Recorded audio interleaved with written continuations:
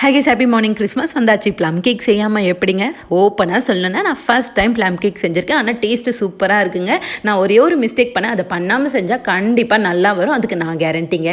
செரீஸு, grapes, nuts எது இருக்கோ எல்லாத்தையும் ஃப்ரெஷ்ஷான ஆரஞ்சு ஜூஸில் ஒரு 4 hours ஊற வச்சு வச்சுருங்க.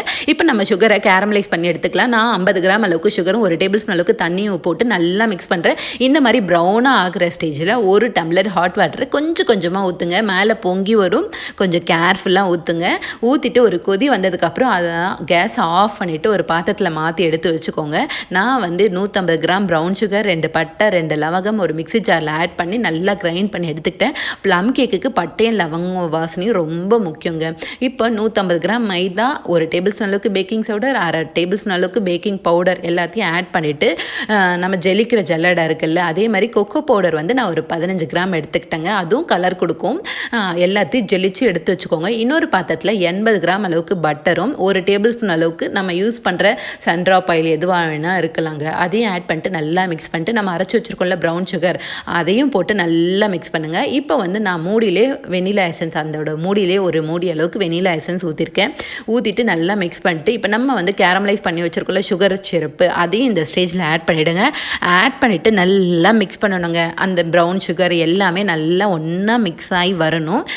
நல்லா மிக்ஸ் பண்ணதுக்கப்புறம் நம்ம ஜெலிச்சு வச்சுருக்கோம்ல மைதா, பேக்கிங் சோடர், பேக்கிங் பவுடர்லாம் போட்டு அதை எடுத்து 2 போர்ஷனாக ஆட் பண்ணுங்கள். ஃபஸ்ட்டு கொஞ்சமாக ஆட் பண்ணிக்கோங்க.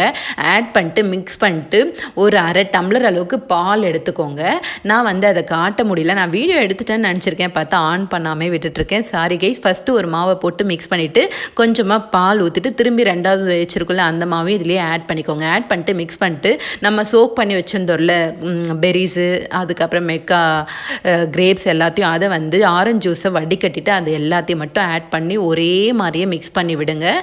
ஆப்போசிட்டாலாம் பண்ணாதீங்க, ஒரே மாதிரியே மிக்ஸ் பண்ணிட்டு நான் இன்றைக்கி ஓவன்லாம் யூஸ் பண்ணலங்க, வானலில் தாங்க கேக் பேக் பண்ண போகிறேன். இந்த வானலில் ஒரு 5 மினிட்ஸ் ப்ரீ ஹீட் பண்ணி வச்சுக்கிட்டேன்.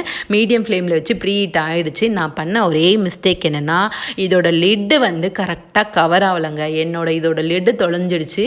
இப்போ இருக்க லிட் வேறு ஒன்றுது, லைட்டாக ஓப்பன் தெரியுது. அந்த மாதிரி கண்டிப்பாக ஓப்பனே இருக்கக்கூடாது. கவர் பண்ணிங்கன்னா ஃபுல்லாக கவராக இருக்கணும். அப்போ தான் மேலே நல்லா ஃப்ளஃபியாக வருங்க. இப்போ நான் இந்த பேட்டரை எடுத்து வச்சுட்டு கரெக்டாக 1/2 ஹவருங்க, 20 மினிட்ஸ் மீடியம் ஃப்ளேம்லேயும் 10 மினிட்ஸ் ஸ்லோலியும் வைக்கணுங்க.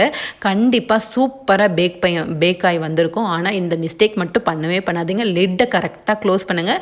கொஞ்சம் கூட கேப்பே இருக்கக்கூடாது. எவ்வளோ சூப்பராக வந்திருக்கு பாருங்கள் கேக்கு.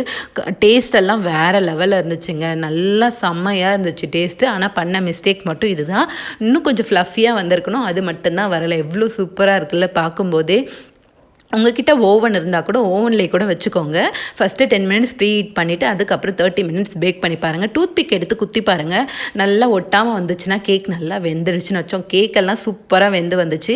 எந்த ஒரே ஒரு ஃபால்ட்டுனா இதுதான். கண்டிப்பாக இதை மாற்றி நீங்கள் ட்ரை பண்ணி பாருங்கள். கண்டிப்பாக நான் கேரண்டி டேஸ்ட்டெல்லாம் வேறு லெவலில் இருக்குது. இதோட அளவு எல்லாமே நான் டிஸ்கிரிப்ஷன் கொடுக்குறேன், மறக்காமல் செக் பண்ணி பாருங்கள். நீங்களும் இந்த கிறிஸ்மஸ்க்கு உங்கள் வீட்டில் இந்த ப்ளம் கேக் செஞ்சுட்டு எப்படி வந்துச்சுன்னு மறக்காமல் கமெண்ட்டில் சொல்லுங்கள். மறக்காமல் சேனலை சப்ஸ்கிரைப் பண்ணிவிடுங்க. அப்படியே கொஞ்சம் லைக் பட்டனி தட்டிடுங்க. இந்த வீடியோ பிடிச்சிருந்தா லைக் அண்ட் ஷேர் பண்ண மறந்துடாதீங்க. மகிழ்ச்சி. Bye guys.